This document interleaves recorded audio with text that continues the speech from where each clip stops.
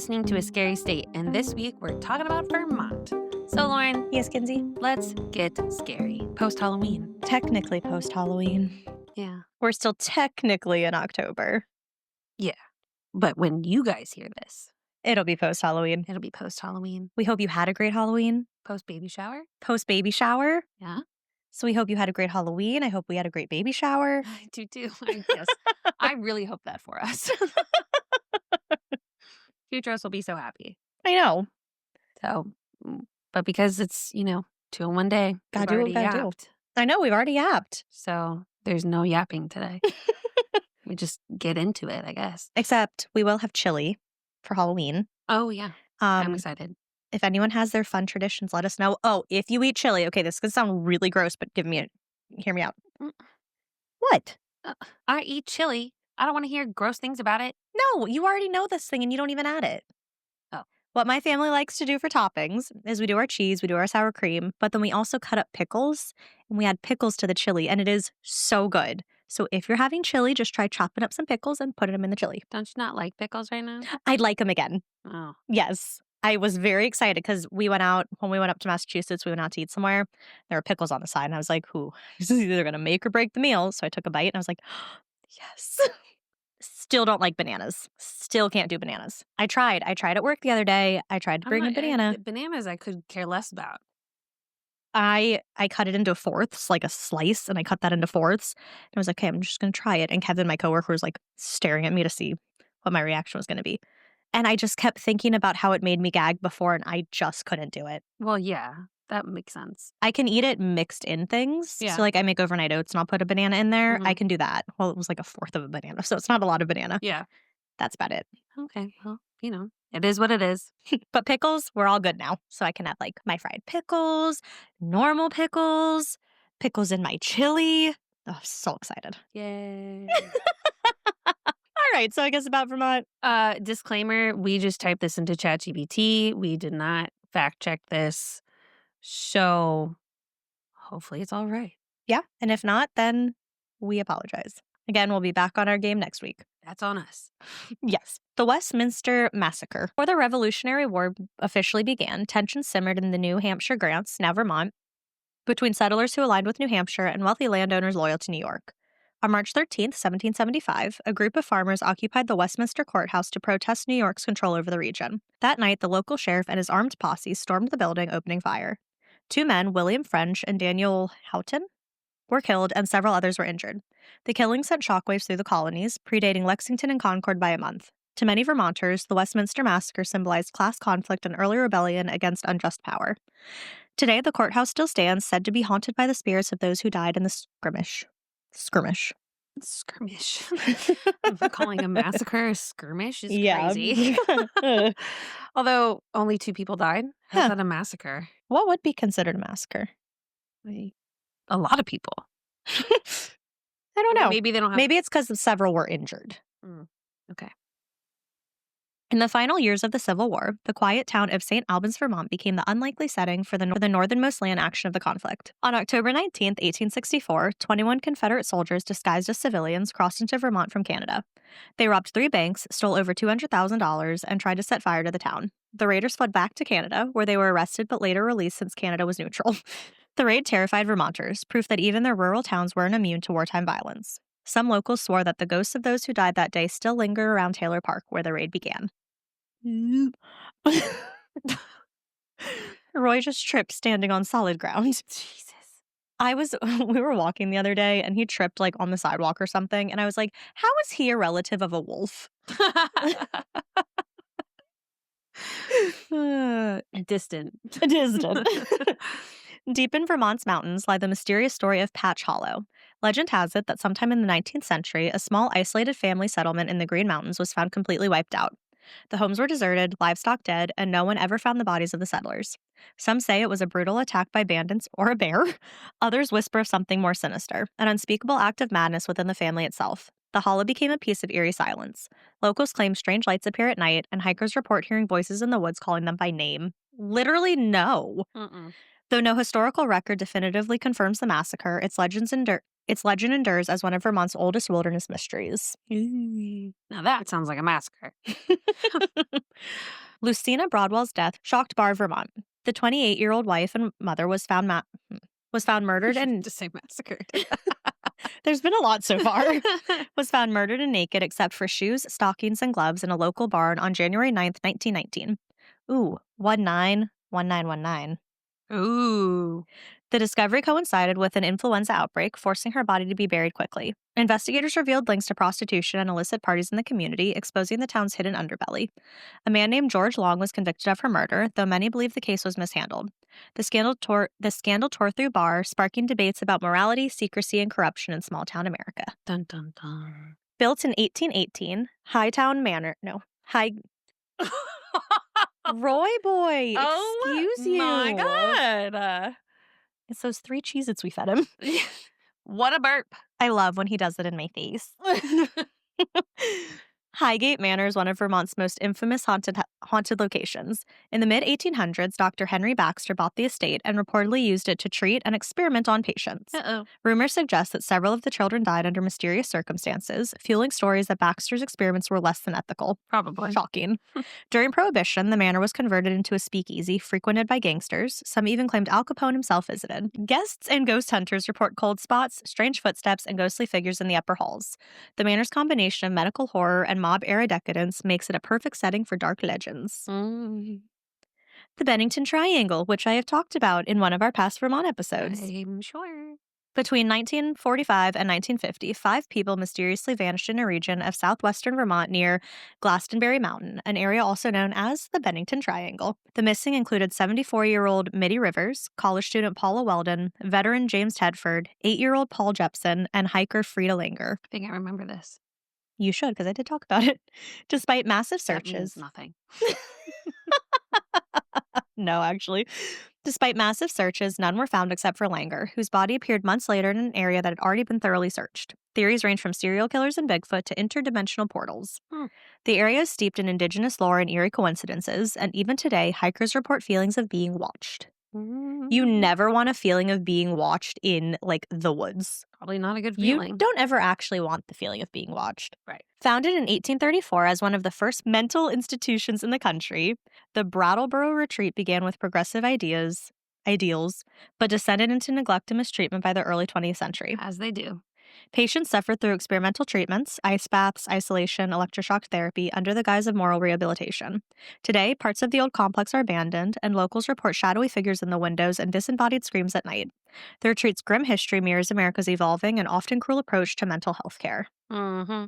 In 1835, the small town of Brandon, Vermont was rocked by one of the state's first documented family murder-suicides. Ruh-roh. A man named Stephen Clark, reportedly driven by financial ruin and mental instability, killed his wife and 2 children before turning the weapon on himself. Did you talk about this? Or you talked about something similar, I feel like. I don't know. The event shocked I doubt it, because that's too obvious. Case closed. No. The event shocked early Vermont society and was covered in newspapers across New England. The family's home stood abandoned for decades, gaining a reputation as cursed. Travelers along the road to Pittsford claimed to see a candle flickering in the windows long after the house fell to ruin. So I love around Christmas time when houses put candles in the windows. I think they look so pretty. And Joe's like, I don't ever want to do that. And I was like, why? He's like, well, in Massachusetts, it just reminds me of the early settlers and the Salem times, and I don't want to do that. Having war flashbacks? I don't know. Like, it's so pretty. Okay. Interesting. I know. On November 12th, 1868, a passenger train traveling across the Lake Champlain Bridge near Colchester derailed. Oh, I know. Derailed, plunging into the icy water below. Over 30 people were killed, many trapped in submerged cars as the freezing lake swallowed the wreckage. Recovery efforts were brutal and slow. Divers described seeing bodies still seated as if unaware of their fate. Ooh. The tragedy became one of Vermont's worst transportation disasters. Locals claim that on cold November nights, the faint sound of a train whistle echoes across the lake, though no tracks remain. Ooh. Oh. Vermont is like one of those places that I just feel like has a lot of like creepy lore to it. Yeah, it's got mountains and forests. I just feel like all of New England gives me that It vibe. is not playtime. He's like, but your hand is there and my mouth is here and it is playtime. Nah. He's also like, you guys have been recording for way too long. But yes, that's Vermont. All right, this next one I don't think you're going to like. Okay. It also doesn't really make sense. What creepy cleanse ye brewin' kens? Wish there could be a different word than cleanse. I know, but not much rhymes with That's Kenzie. honestly better than the first one. Okay, so I'll do a little, square around this one. It's definitely at the bottom of the list. Well, we have 2 so far, so Yeah. we still got a couple more that we'll go through, but at least we have one that you're like, It's gonna be the first to go. Like, I just like it better than the first one. right. So, that's where we're at. So, Yeah. oh, yeah, okay, so what creepy cleanse you brewing, Kens? Mhm. So, I was lazy and I did the research. I didn't write the story. Okay. I cheated and I used ChatGPT. And I say this as a disclaimer because it's so obvious. Just doesn't, tell the story the same way I do. Right. It tells it a little bit more fantastically. As long as you did the research, Oh, yeah. you know, Yeah. that's all we care about. I did the research. They did the writing. Okay. And plus, I knew this one was going to be short because we were going to have two to do. Right. So, Sorry, Vermont, but getting snipped. In today's episode, and I'm going to be doing a dramatic rendition of this. I think you would have to. Yes.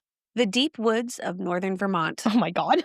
Snow, softened ground, the scent of spruce and maple, and one of the most peculiar legends in New England. Totally not the way you write this up at all. A beast known by settlers and native guides alike, slipping through traps, terrifying livestock, and vanishing into the forest like mist. A creature called Slipperyskin. Okay, when I saw this on our spreadsheet, I was like, what in the world is this? Not what you think. Okay. To truly understand Slipperyskin, we must travel back to the rugged terrain of Vermont's Northeast Kingdom in the mid-1700s. It's actually called Vermont's Northeast Kingdom. Oh, wow. Yeah. Oh, that's fancy. A landscape of no castles though. Yeah, sadly. A landscape of dense forests, granite outcrops, and deep valleys. Here, the frontier, wild. Woodland creatures roamed, indigenous communities hunted and lived off the land, and European settlers were carving out homesteads, farms, and logging trails. Into this world enter a creature unlike the others. According to records, local Wabanaki guides called it Wijuk. Sometimes it's translated as wet skin. Ew. European settlers, or at least those writing down the stories, called it Slipperyskin because it slipped away from every trap, rifle shot, every attempt to capture it. Okay. It doesn't actually have slippery skin. Oh. Yeah. Metaphor. Yeah. Got it. It's worth emphasizing, whether you believe in cryptids or not, what's compelling here is how the creature's legend reflects the fear and mystery of land untamed, where humans were often at the mercy of nature. Ooh. What kind of creature is Slipperyskin? Here's what the accounts tell us. It was described as a giant black bear-like, but standing on its hind legs, sometimes walking upright. Okay. It repeatedly defeated traps. Locals claimed its skin was slick, or that it simply evaded all death-dealing attempts, hence the name. It committed acts of mischief or terror, knocking over haystacks, dragging trees through cornfields, interfering with maple syrup buckets, throwing rocks at people and animals. Okay. So it's a menace. Yeah, sounds like it. In some stories, it would walk backwards in its own footprints to confuse trackers. Ew, so it's smart. Yeah. Though terrifying, it apparently never killed a human in a confirmed case, at least none that survived or were documented as such. The details raise the question, was this simply an unusually large bear with uncanny behavior? A myth used to explain the wildness of the land and the fear of the settlers? Or perhaps something more enigmatic? Enigmatic? Enigmatic? Is it like ENG? ENIG. Enigmatic. Enigmatic. What does that mean? Like an enigma? Oh. Ooh. Here's this enigma. I would have known what that meant. Let's dig into some of the most memorable tales of Slipperyskin, each of which adds texture to the legend. One of the earliest written mentions a scout named Duluth. I don't know if there's any relation to the college. Or to the, outdoor brand, Duluth jeans. I've only ever heard of the school. Oh, there's also a Duluth, Michigan. I think that's where the school is. Oh. No. I don't know. It's Ivy League, so it's out of our reach anyway. Okay. I think. Anyway. I don't think Duluth is Ivy League. Thought it was. Thought there were only a couple Ivy League schools. There's 10. Oh, maybe it is then. There's a lot of different Duluth things. There's also a Duluth trading company. That's where the jeans are from and boots and stuff.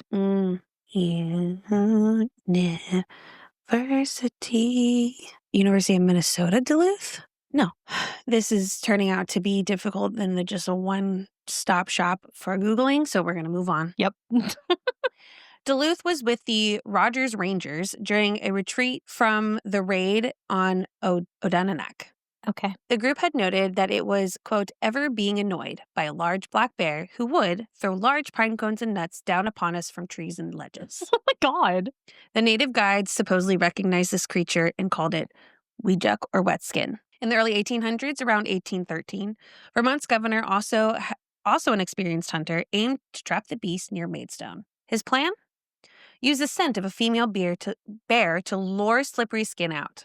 Yes. According to the legend, he doused himself in beer musk ointment and led a party into the woods. Oh. Well, he ended up being chased out of the woods, screaming, "Out of my way, boys, I'm bringing him back alive." Okay. And the rest of the party fled, so didn't bring anyone back. So obviously the plan failed. And it was also re-election season, and he lost. Oh, poor guy. So. Trying to do something good. Didn't make it out. Yeah, no. In Morgan, Vermont, a hunting party ascended a logging road toward Elon Mountain. They heard a heavy noise above them. Seconds later, a massive tree stump hurtled down the road past them at high speed. Ew. So, they heard something, they went and hid, then they see this thing. Yeah. And so they attribute it to Slipperyskin rolling it down the mountain. And then they decided, we don't have to go on this hunt. He's sounding a little bit like Bigfoot. Yeah. Like with the throwing things and the being in the woods. Sounds like a menace. Yeah. Menace. At Lake, this is funny. I mean, probably not to them, but I thought it was funny. At Lake Willoughby in Westmore, a group of German clergymen picnicked when Slipperyskin supposedly emerged. All scatter and ran. One body was found later, presuming the missing minister. But it in fact turned out to be half-eaten cheese. What? Mm-hmm. How does that work? How do you mistake cheese in a person? Couldn't tell you. It said it on all the websites. That makes no sense. I know. Huh. I agree. Okay. Unless you're thinking like big blocks of cheese. Still no. Maybe it melted, so it looked like, I don't know. Huh. Maybe it was like stringy, so it looked like intestines. Maybe. I don't know. I don't know. I need more explanations from this websites. All it just says is that it was mistaken and it was actually cheese. Interesting. Yeah. So his body's just never been found? The missing man escaped to Massachusetts. Oh. So here are some theories about what it might be. Bigfoot. Vermont has black bears. One remarkably large specimen, perhaps injured or acting unusual, might explain many reports. Walking upright, throwing rocks might be mythologized. Sure. Some analysis suggests this is the simplest explanation. But the wrongest explanation. Some cryptozoology fans liken Slipperyskin to a Bigfoot-type creature. Upright, elusive, intelligent. Yup. The back-walking tracks, the rock-throwing behavior, the bipedal movement feed into this interpretation. Perhaps Slipperyskin is not a real animal at all, but a cultural construction. Settlers and indigenous peoples projecting the wilderness of the woods into a beast figure. One writer suggests it may reflect the genius loci, or spirit of the place, of the Northeast Kingdom. Oh, fun. Some local lore suggests that Slipperyskin might have been a human, perhaps native, using the woods, whose tracks and behaviors were mythologized by settlers. For our purposes, maybe we don't have to pick one true identity. Instead, we can explore how the legend changed over time, what it meant to the people of the region, and why it's still told today. In conclusion. Thank you. I was going to say, if we don't get an in conclusion. As we drift toward the end of our expedition into Vermont's woods, I invite you to consider this. Yes.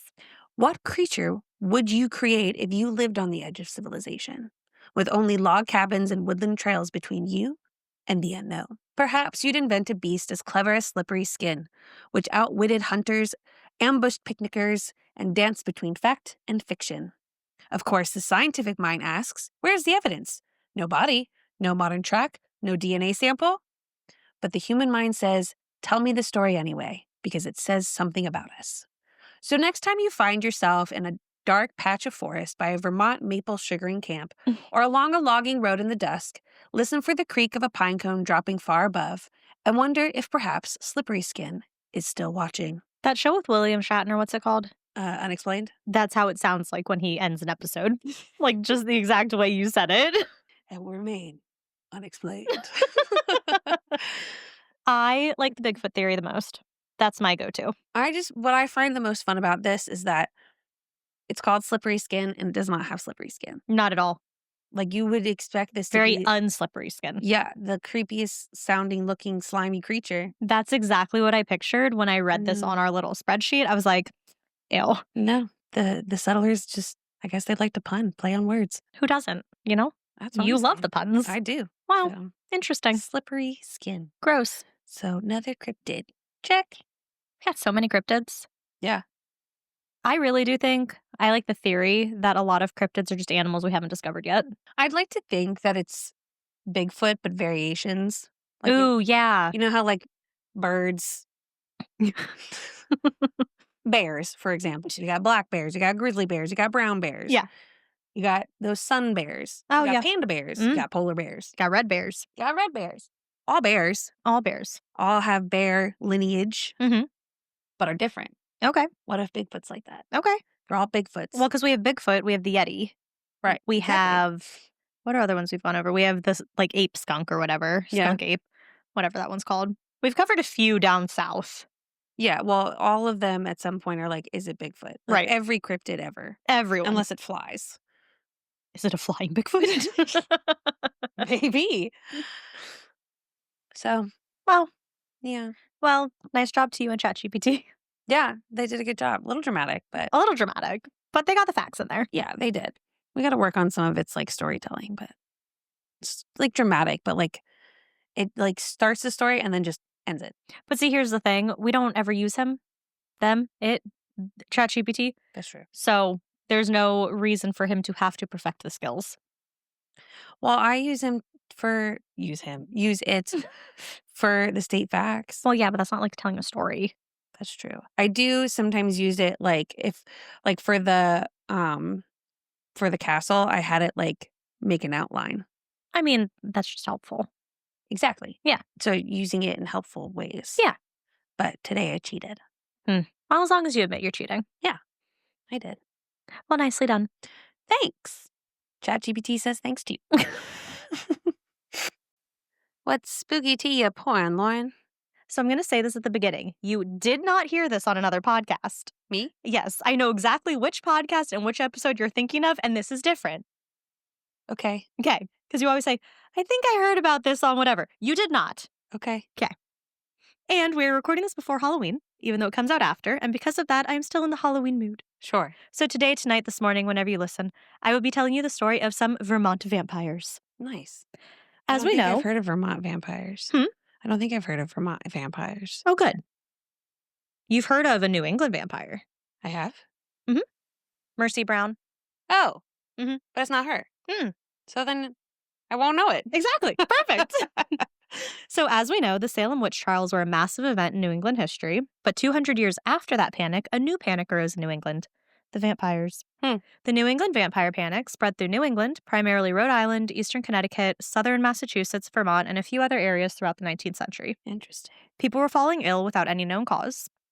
After their death, their families would be plagued by death, with sometimes whole families being wiped out by this mysterious illness. But soon enough, the villagers in these states knew what was causing the sickness and killing their families. Vampires. We will start in Woodstock, Vermont. Woodstock, Vermont is a picturesque New England village located in Windsor County, known for its classic charm and scenic beauty. It features a historic town center with well-preserved 18th and 19th century architecture, covered bridges, boutique shops, and cozy inns. Okay. The town is surrounded by rolling hills, farms, and forests, making it popular for outdoor activities like hiking, skiing, and leaf peeping, which is looking at leaves, This is like the beginning of Series of Unfortunate Events, the movie. It like starts off like all happy and it's like, oh, did you think that you were coming to see this like Happy Bunny movie? Yeah. And all this, and then it gets dark really fast. It's often described as one of the prettiest small towns in America. Okay. Except Frederick Ransom was born into a very prominent family to parents Richard Ransom Jr. and Elizabeth Mather in South Woodstock, Vermont on June 16, 1797. He was the second oldest son among many siblings. And Frederick had a promising future ahead of him. He was a college student at Dartmouth, having been accepted in 1817. Dartmouth. Is that what you were thinking of instead of Duluth? I think that's what I was thinking. Yeah. Once I read this, I said, maybe that's what she meant. Making him among New England's educated elite. His future seemed bright and full of promise. But something more sinister had come to town and would indiscriminately kill people regardless of social status. Consumption, also known as tuberculosis. And I will talk about that later. In 1817, Frederick was only 20 when he caught the awful disease. In the 18th and 19th centuries, TB claimed more lives than any other illness, and it had the ability to wipe out entire families. Yeah, it did. The family, knowing what this disease could result in, called in the family doctor, Dr. Frost. Dr. Frost tried his best to treat Frederick, but there were no known cures. Dr. Frost, why is that so hard to say? I don't know. Dr. Frost actually scared Frederick's younger brother Daniel, who was only 3 at the time. Aw. Daniel would stay away from the doctor as he feared that the doctor would freeze him. That's funny. And sadly, there was nothing that could be done, and Frederick succumbed to the disease on February 14th, 1817. Wasn't it the invention, discovery? Not sure what it would qualify as. A penicillin that finally. No. Okay. I'll get to it. Okay. I don't think so. Okay. His little brother, Daniel Ransom, wrote this about him. Quote, "My remembrance of him is quite limited, as I was only 3 years at the time of his death. It has been related to me that there was a tendency in our family to consumption." It just. Why consumption? Why can't we pick something else? I'll tell you why consumption. 'Cause Later. It sounds like they're eating their family members. A little bit. So. I mean, vampires. I want to suck your blood. Yep. So where do vampires come into this? Somehow, TB was starting to be related to vampire panics, as many believed that a deceased family member could and would drain the life from surviving relatives from beyond the grave. And there were a few ways one could stop a vampire attack. The body would have to be exhumed. Some people would then just turn the body over in the grave and rebury the coffin. Other times, they would decapitate the body. But for some, that wasn't enough. After the body was exhumed, it would be checked for signs of unnatural preservation, like undecayed, or blood still left in the organ. The heart and organs would then be removed and burned to stop the vampire's deadly influence. And I'm sure that worked. Obviously.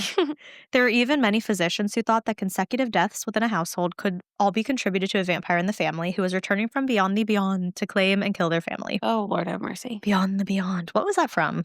Beyond the beyond? From Beyond the Harry Potter, I think. Oh. Anywho, and this is exactly what Frederick's father thought. So he followed the rituals that were known. He wasn't planning on just turning the body over or decapitating it, though. He didn't want to take any chances and didn't want anyone in his family to die, so he had Frederick's body exhumed. Though he was educated and suspected that this vampire thing wasn't real, he didn't want to take the chance. They took out Frederick's heart and burned it in Captain Pearson's blacksmith forge in Woodstock Village Green. A green is an area in like a public space. Apparently New England has a ton of them. So it's at the center of the community. I wonder if it's like a quad. Probably. Quad-esque. Quad-esque. When the heart was burned, the whole village of curious and fearful villagers looked on, watching as it burned to ash. And as was tradition at the time, it is believed that his ashes were then taken and either inhaled by the family members or mixed into a medicine for the family to drink. That seems counterintuitive. I know, but they don't know it's a contagious thing.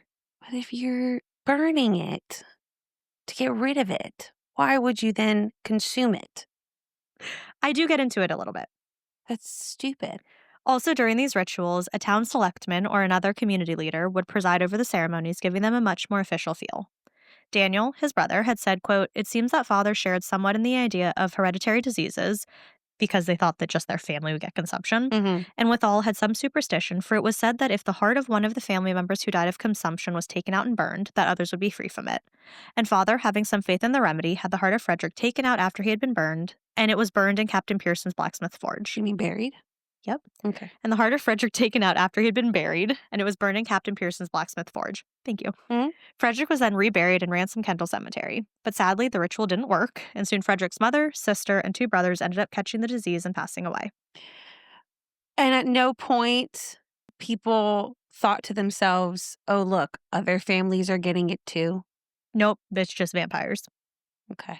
I don't know why they would think the first one would get, like, how the first one would have gotten it. If no other, you know what I mean? Yeah. Like, all the other family members got it because this one is a vampire and eating on all of them. But how did that one get it? Exactly. Yeah. Like, didn't we stop to think about that? No. Okay. Frederick's mother, Elizabeth, died in 1821, 4 years after Frederick. A sister, Fredericks, in 1828, and the 2 brothers, one in 1830, the other in 1832. Also in Woodstock was a man named Corwin. Corwin had fallen ill, his skin paled, his appetite disappeared, and he could barely get out of bed. Then Corwin also passed away due to consumption and was buried in the Cushing Cemetery in June of 1830. But just 6 months later, this man's brother became sick with the same scary symptoms. Many doctors came to look after the boy, 2 being Dr. John Powers and Dr. Joseph Gallup from the Vermont Medical College. After assessing the boy, they determined that his sickness was the work of a vampire. Oh my God. Naturally, the young boy's brother was looked into and his body was exhumed. They found that his heart was still filled with blood and was undecayed, a sure sign of vampirism. But there's something scientific, though, that explains that, right? And I will talk about it. Okay. Cool. The blood that was still in the heart was said to belong to the victims. Oh. So, as was the ritual, it was removed and boiled in a pot. Then it was buried in a 15-foot deep hole in an iron container with a 7-ton block of granite on top beneath the Woodstock Village Green. It's crazy what we do. I know. Like, The granite had come from the Knox Ledge, a nearby quarry on the hill behind Lincoln Street. The site where the heart was buried was then sprinkled with the blood of a young bull for purification. Corwin's brother, also reportedly named Corwin, like George Foreman and all of his sons, was forced to swallow a medicine made of bull's blood mixed with some of his brother's ashes. no. Unfortunately, we have nothing to report if the younger Corwin survived the disease, but all of the town's members believed that they had finally rid Woodstock of vampirism forever. Because no one else got sick. Apparently. But a few years later, after the heart and all of that had been buried, a group of kids decided to dig it up, only to find that the rock, pot, ashes, all of it had disappeared. Hmm. But that's not all. In 1890, Vermont Standard, which is a newspaper, reported that the hooligans had a brush with hell. Oh. Quote, they heard a roaring noise, however, as of some great conflagration going on in the bowels of the earth, and a smell of sulfur began to fill the cavity, whereupon, in some alarm, they hurried to the surface, filled up the hole again, and went their way. It is reported that considerable disturbance took place on the surface of the ground for several days, where the hole had been dug, some rumblings and shakings of the earth, and some smoke was emitted. But one of the earliest cases of this vampire disease was Rachel Harris Burton, but she was in Manchester, Vermont, not Woodstock, around 1792. In 1789, Rachel Harris, who was only 20, married Captain Isaac Burton, the deacon of the Congregational Church in Manchester, Vermont. Isaac served in the Revolutionary War, and by doing so, he earned himself quite an honorific title of captain among the townsfolk in Manchester. I thought honorific is the weirdest word. It is. It sounds fake. Yeah, it does. But it's not. I didn't think so. Yep. When he and Rachel married, Rachel was considered vibrant and whole. But sadly, they weren't able to live in married bliss for long because in 1792, Rachel died of consumption at the age of 21. Is it consumption because they eat each other's heart ashes? No. Oh. It should be, but no. Isaac was deeply affected by her death and for some time lived in seclusion in the large home that he had originally built for he and his wife to live in. In April of that year, Isaac remarried a woman named Huldah Powell, and within just months of their marriage, Huldah began showing the same symptoms that Rachel had before she had died. So he's the vampire. Isaac was desperate to save his wife, so he summoned any doctor he could find in the area, but it was all in vain. Huldah continued to get sicker and sicker, no matter how many female relatives came to take turns caring for her. I wonder how many doctors got sick. I wonder, you know? Like, they don't understand that it's contagious. They're right. doing all the things. Isaac was beside himself with grief at the many vigils held for You got it. At the many vigils held for Huldah's health. God, there you go. But at one of these, Huldah's elderly aunt found Isaac and offered him a theory. She said that it was Rachel, his first wife's wicked spirit, that had drained Huldah's life force. Rude. It's the one who went, "For that's to blame," she said. Why do they talk so weird? I don't know. This was when Isaac made a startling realization. On her deathbed, Rachel had told him, "I'll be with you, always." Oh, sweet Jesus. He's taking it literally. He obviously took this as a meaning that she was there, making sure his new wife wasn't his wife for long. Oh, God. So this older aunt insisted, "It's got to be burning. That's the only way to stop the heart beating sure." Okay. With Huldah's health drastically declining each day, a consensus was made within the Manchester community. Rachel Harris Burton had returned from the dead as a vampire, a demon vampire, and was on a mission to steal Huldah's life force. So in the very cold February of 1793, a group of villagers made their way to the Meads Mill Cemetery where Rachel had been laid to rest. The procession was led by Timothy Mead, the village's magistrate, and also the cemetery. From the frozen ground, the coffin where Rachel lay was unearthed. Her body was then exhumed. That is when it was discovered that her body was bloated and barely recognizable. When Huldah's elderly aunt saw the body, she cried, "Gorged on the blood of its victim! Look! See the stains about the mouth!" Decomposition. Yeah. Timothy Mead must have agreed, because he stated the abomination must be destroyed if they wanted to save Huldah. The whole thing? Well, so Rachel's heart, liver, and lungs were removed and burned to ash on the forge of blacksmith Jacob Mead. That's disgusting. One account said that 500 to 1,000 people were present to watch the burning of the organs. That's crazy. Many of those in attendance even claimed to see an apparition writhing in the black smoke coming off of Rachel's burnt organs. If I lived back then, I would 100% go to a heart burning. Oh, 100%. Like, what else is there to do? Right.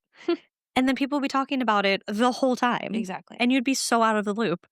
Right? In ritualistic fashion, the ashes were mixed with water, then given to Hulda to drink. But that didn't help, and just a few months later in September, Hulda died. So, Shocking. side note / fun fact. So, over 2 centuries later, a gathering converged at the gates of Factory Point Cemetery to grant Rachel a long overdue moment of dignity. So, her body had to be moved, so now it's at a new cemetery. Manchester officials, local historians, and preservationists unveiled a memorial marker displaying Rachel's name and her story.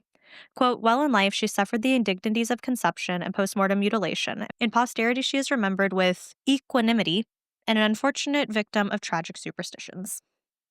Then, in Dummerston, Vermont, a legend exists called the vampire vine. Vine? Vine. Okay. This legend says that a vine or root grew underground from one coffin to the one next to it, then to the one next to that, then to the one next to that, in the local Spalding family burial plot. Each time that the vine reached a new coffin, another family member died of consumption. It was believed that each prior corpse was feeding on and draining the person who would get sick. Reportedly, during an exhumation, the vine twitched, screamed, and bled. Okay.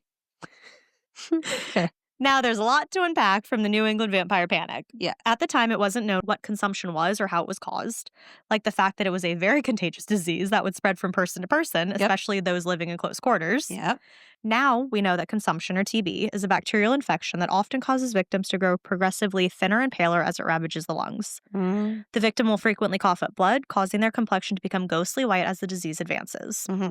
Consumption is caused by breathing in rod-shaped Bacillus bacteria, which spreads through the lungs and forms nodules that the Encyclopedia Britannica characterizes with the unfortunate descriptor of cheese-like. Ew! These masses can create cavities in the lungs and will eventually destroy the respiratory tissue, a death that sometimes takes years. Oh my God. It was called consumption due to the way that it seemed to eat away at the person's body.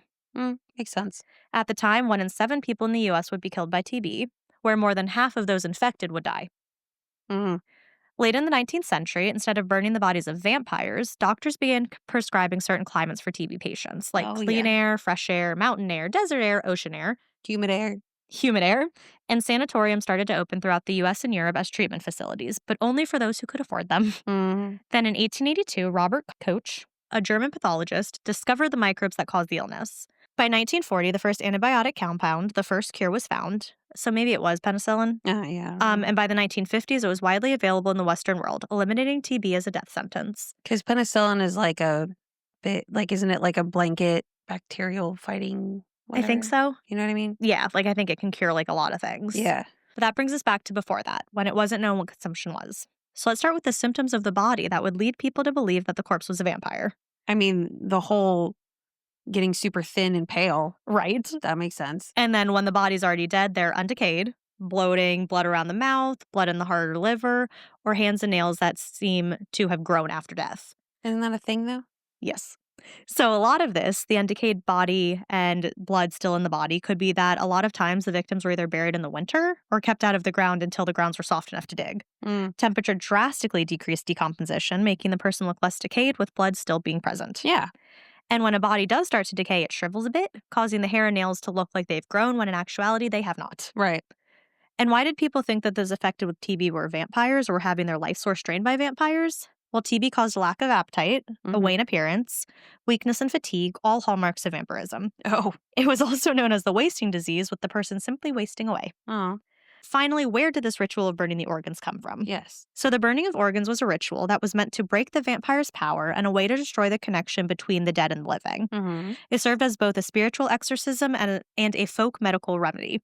At the time, and even sort of now, fire symbolized purification, like final death, pretty much ensuring that the victim could not come back and could no longer act. And like in one of the shows we watched, Interview with the Vampire, the way that they would kill vampires is they would burn them. Like that's how you know they're dead.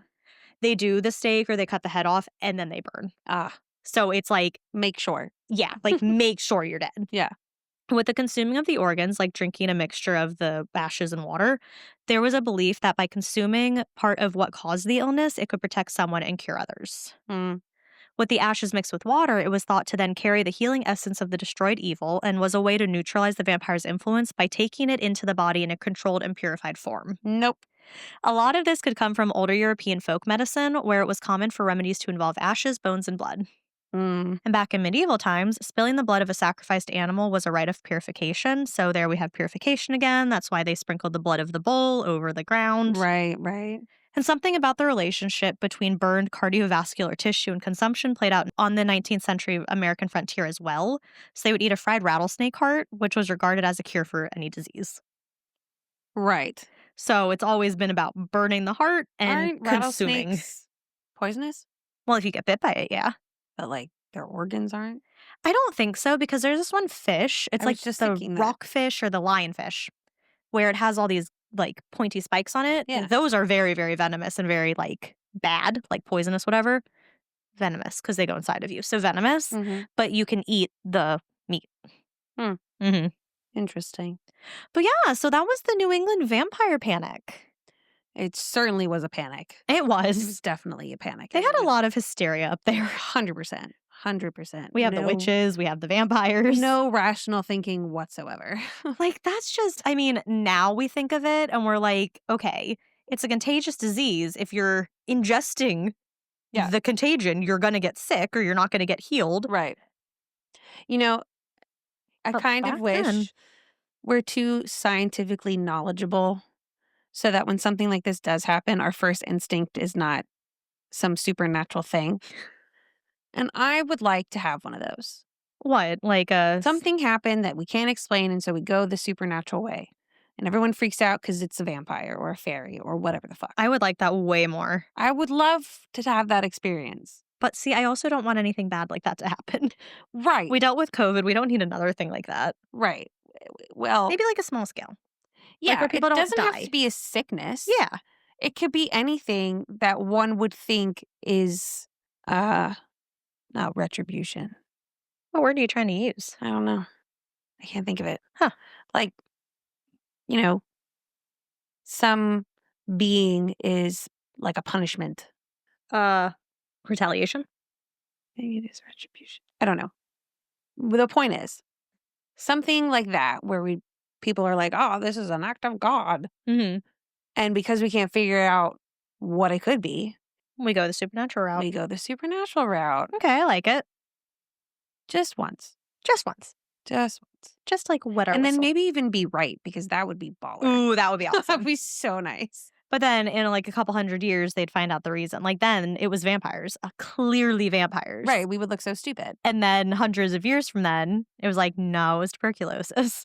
But see, I really want that for us. Yeah, like we can live in the happy supernatural times. Yeah. We don't have to be alive during the, oh my God, they're so stupid times. Yeah. Well, we are, but Well, yeah, but you know what I mean. Yeah. Well, very nice. Thank you. I wouldn't have said it.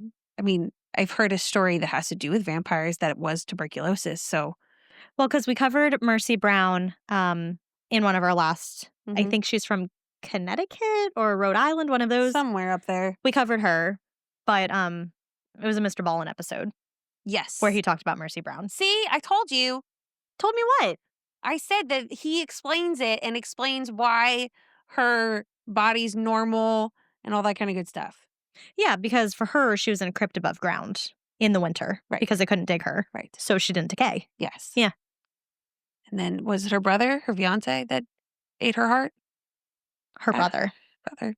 Her brother was getting sick I was like, well, that's silly. because he had moved to Colorado. He got better because he was away from the sickness. Right. And then he went home. And then he went home and then got sick again. No. Times are wild. You know, it's interesting though, because despite the fact that we have a cure for this, a very accessible cure from my understanding, you still have to get tested for TB all the time. Yeah. Like anytime I change jobs or like I'm doing something in the field of education or working with kids and whatnot, always had to get a TB test. Well, I mean, it's probably because, there's a cure, but there are also probably kids that you work with who can't get the cure if they need it. Like, you I can't get see the what you mean, yeah. vaccine. And so they're just, cutting it off at the source. I mean, totally. I mean, better safe than sorry. Oh, for yeah, sure. absolutely. But it's just interesting. And it's like the weirdest thing, too, because you're looking and you're just seeing this, Right. thing go into your arm. Yeah. And then you're like, okay, come back a little bit. Let me know what it looks like. Right. And I'm like, what'd you put in me? What'd you give me? Why is this going to bubble up if I have it? Right. Like, what if I do have TB? What's going to happen? Yeah, what then? Yes. Ay. Well, thanks for listening. Rate and review us. Yes. Please. I think that's all we have. You know where to find us. Yeah. Scary State Podcast at anything. Yep. We hope you had a good Halloween, a safe Halloween, a fun Halloween. Yeah. Spooky if that's what you're into. Not spooky if that's what you're into. Absolutely. And yeah. So Just- stay. Go for it. Stay safe. No. I fucked it up. Go ahead. Stay scary. Stay safe.